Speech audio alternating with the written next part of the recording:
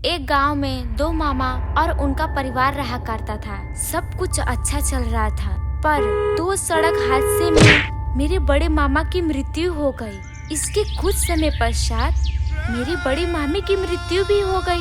इसके बाद मेरे छोटे मामा और उनका परिवार गांव का घर खाली करके शहर आ गए। पर कुछ महीने बाद मेरे छोटे मामा को गांव के घर जाना पड़ा उसकी मरम्मत करवाने के लिए। उन्होंने गांव में मरम्मत का काम शुरू कर दिया। 2 दिन में मरम्मत का काम खत्म करके छोटे मामा रात के करीब 10 बजे छत पर खड़े थे। उन्होंने देखा कि नीचे मेरी बड़ी मामी खुले बालों में आंगन में टहल रही है। ये नजारा देखकर मेरे मामा की आंख फटी की फटी रह गई। वो तुरंत नीचे की ओर भागे। जैसे ही वो सीढ़ियों के पास पहुंचे, उन्होंने देखा कि मेरी बड़ी मामी नीचे से चौथाई सीढ़ी पर बैठी थी और पीछे गर्दन करके उन्हें घूर रही हैं। ये देखकर मेरे मामा बुरी तरह डर गए और अपना होश खो बैठे। इसके बाद उन्हें सुबह जब होश आया तो वो पड़ोसी के घर चले गए। उन्होंने पड़ोसियों को पूरा नज़ारा सुनाया। इसके बाद मेरे मामा की तबीयत पूरी तरह खराब हो गई। वो जल्द से जल्द शहर आ गए, पर उस रात को कभी नहीं भूल पाए। तो हेलो दोस्तों, हमारी कहानी यहीं पे खत्म होती है।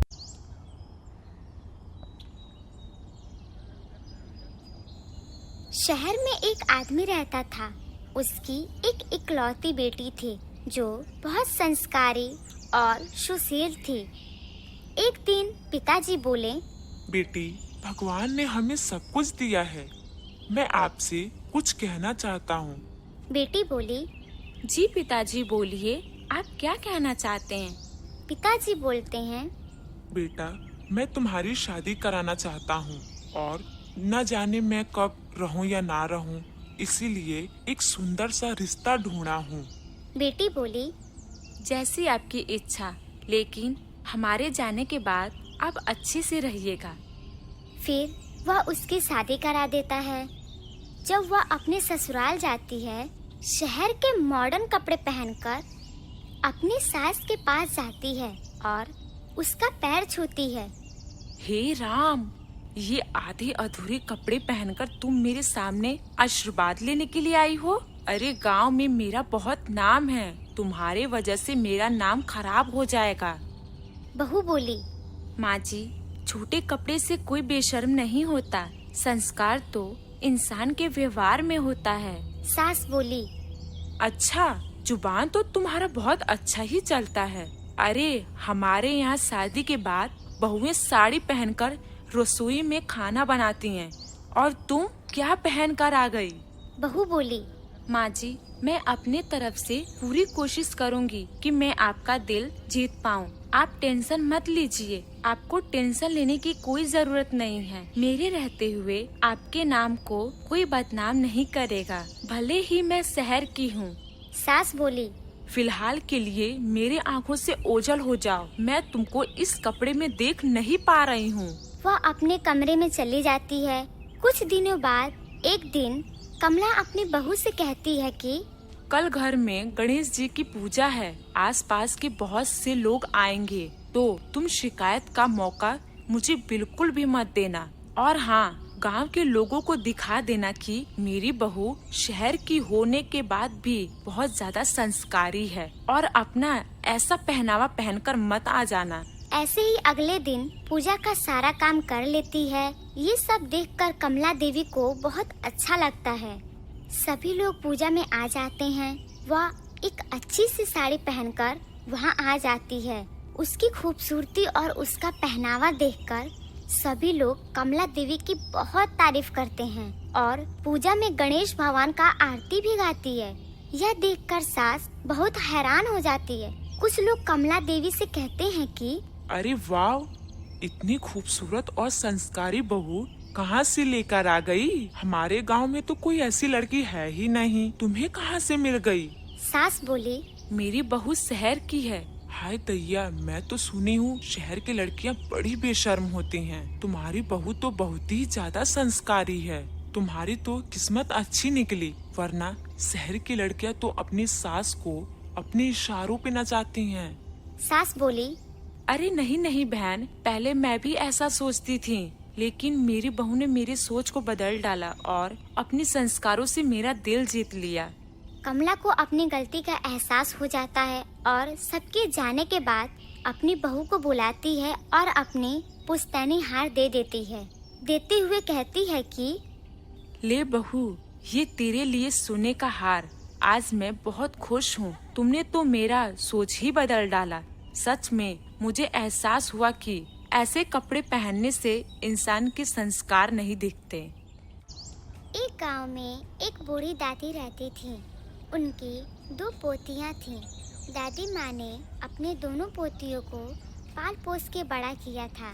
दादी माँ दूसरों के घरों में काम किया करती और उन्हीं पैसों से अपनी दोनों पोतियों का पालन पोषण करती। उसकी दोनों पोतियां बहुत होनहार थीं और इसका फायदा दादी माँ उठाना चाहती थी। एक दिन सुबह दादी माँ अपने दोनों पोतियों से कहती हैं कि अरे मेरी प्यारी पोतियों, उठ जाओ, सुबह हो गई है। एक पोती बोलती है कि दादी सोने दीजिए ना। दादी बोलती हैं, बेटा उठ जाओ, आज आप लोग को काम ढूंढने जाना था ना। पोती बोलती है, नहीं नहीं दादी जी, आज मन नहीं कर रहा, कल चले जाएंगे, आज बस सोने दीजिए ना। दादी यह सुनकर अपने दोनों पोतियों को डांटे बगैर वहाँ से अपने कमरे में चली जाती हैं। कुछ समय बाद दादी आवाज देते हुए अपनी पोतियों से कहती हैं कि बच्चों, मैंने खाना बना दिया है और तुम दोनों उठ जाओगे तो समय से खाना खा लेना। पोती बोलती हैं, ठीक है दादी। दादी माँ अपने मालकिन के घर चली जाती हैं और अपने मालकिन से बात करती हैं। मालकिन बोलती हैं कि अरे आज तुम इतना लेट कैसे हो गई? दादी माँ बोलती हैं, अरे मालकिन जी, आप तो जानती ही हैं कि मेरी 2 प्यारी पोतियां हैं, उनको उठाने में देर हो जाती है। उनके खाने पीने का ध्यान मुझे ही रखना पड़ता है। आज तो वो बिल्कुल भी नहीं उठ रही थीं, इसीलिए मुझे आज आने में देर हो गई। मालकिन बोली, दादी माँ, आप मुझसे बड़ी हैं, इसीलिए आप मुझे मालकिन मत कहा करिए। मैंने आपसे यह कितनी बार कहा है। दादी बोलती हैं कि अब शुरू से यही बोलती आई हूँ, इसलिए अब आपका नाम नहीं लिया जाता है। मालकिन बोली, अच्छा अब मैं चलती हूँ, मुझे बहुत देर हो रही है। आप अपना और मेरे घर का ख्याल रखना। ना कहकर मालकिन वहाँ से चली जाती है। और दादी माँ घर की सफाई करने लगती हैं। तभी उसे अपने मालकिन का लिपस्टिक दिखाई देता है। वह उसे उठाकर बोलती है कि अरे वाह, यह लिपस्टिक तो कितना सुंदर है, क्यों ना मैं इसे चुरा लूं और अपनी पोतियों को दे दूं। आखिर में वो भी तो लड़कियां हैं, उनका भी मन करता होगा सजने संवरने का। मैं ऐसा करती हूँ कि इसको छुपा लेती हूँ। और वह लिपस्टिक को छुपा लेती है और रसोई घर में चली जाती है। वहाँ कुछ समय खड़े होने के बाद सोचते हुए बोलती है कि नहीं नहीं, मेरी मालकिन को मुझ पे बहुत विश्वास है, उनके इस विश्वास को तोड़ना नहीं चाहती। इतना सोचकर दादी माँ वहाँ से फिर अपने मालकिन के कमरे में चली जाती हैं। उस लिपस्टिक को उसे वहीं पर रख देती हैं। देखते हुए कहती हैं कि जब मालकिन आएंगी तो मैं उनसे मांग लूंगी। और वहाँ से चली जाती है। जब शाम होती है तो मालकिन अपनी एक दोस्त के साथ घर आती हैं। वह दोनों बैठकर बातें करती रहती हैं। तभी वहाँ दादी माँ आ जाती हैं। अपने मालकिन से कहती हैं कि मालकिन, मुझे आपसे एक चीज चाहिए। मालकिन बोलती हैं, हाँ हाँ कहो। दादी माँ बोलती हैं, मालकिन, मुझे आपकी वह लिपस्टिक बहुत अच्छी लगी। अगर आप मुझे मेरी पोतियों के लिए वो लिपस्टिक दे देती तो मुझे बहुत मेहरबानी रहती। मालकिन बोली,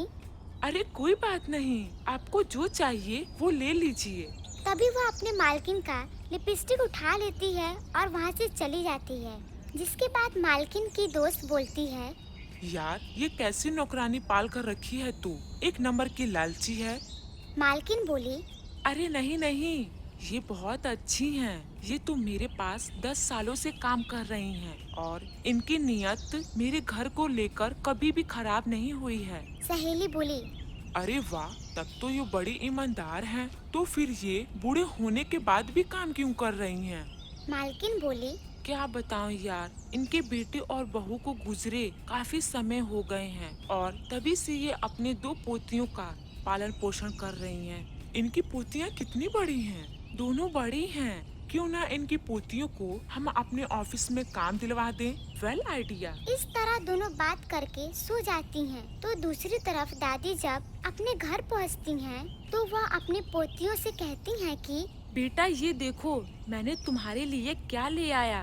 दोनों देखकर सो जाती हैं। कुछ दिनों के बाद दादी बहुत बीमार पड़ जाती हैं और बोलती हैं कि बच्चों अब मैं बीमार हो गई हूँ, तुम दोनों बाहर क्यों नहीं जाती काम करने के लिए। अगर तुम लोग बाहर जाती तो मेरा थोड़ा मदद हो जाता। बड़ी पोती बोलती है, दादी हमें नौकरी कौन देगा, और अभी तो हमारी पूरी पढ़ाई भी नहीं हुई है। दूसरी पोती बोलती है, अरे दादी आप सही बोल रही हैं। दीदी हमें दादी की ऐसी अवस्था में उनकी मदद करनी चाहिए। यह सुनकर उसकी बड़ी बहन बोलती है, हाँ दादी जी, अब हम दोनों बाहर जाकर एक अच्छी सी नौकरी ढूंढेंगे और मन लगाकर काम करेंगे। तभी उसकी मालकिन अपनी सहेली के साथ वहाँ आ जाती है। बोलती है, आप लोगों की बातें सुनकर हमने अपने कंपनी में इन लोग को काम देने का फैसला किया है। यह सोचकर दादी माँ बहुत खुश हो जाती हैं।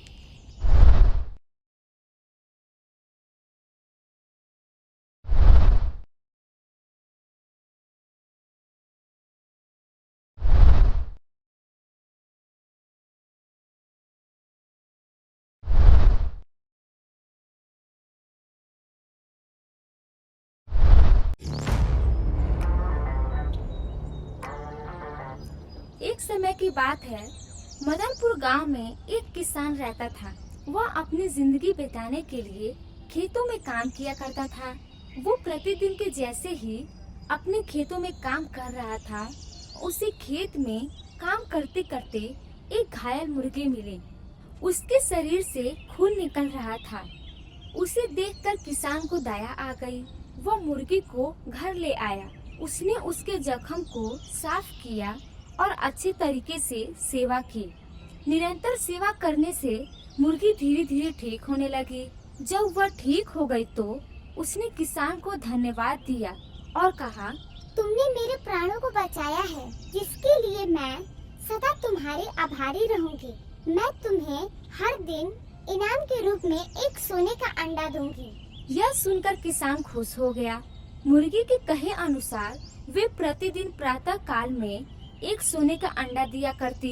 किसान उसे बेचकर धन इकट्ठा करता। वे प्रतिदिन मुर्गी के अंडे को ले जाकर पास के शहर में बेच आता। धीरे धीरे किसान के पास बहुत धन ज्यादा इकट्ठा हो गया।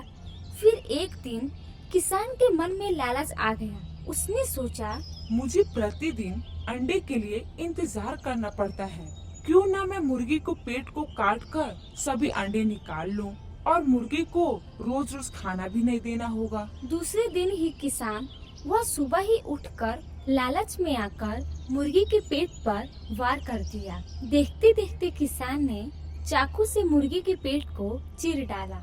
मुर्गी मर गई, लेकिन मुर्गी के पेट से कुछ भी नहीं निकला। यह देखकर किसान हक्का बक्का रह गया। उसे अपने किए पर बहुत दुख हुआ। दोस्तों, हमें इस कहानी से ये सीख मिलती है कि हमें लालच नहीं करना चाहिए। लालच में आकर हम जो करते हैं उससे लाभ नहीं होता, पर हानि जरूर होता है।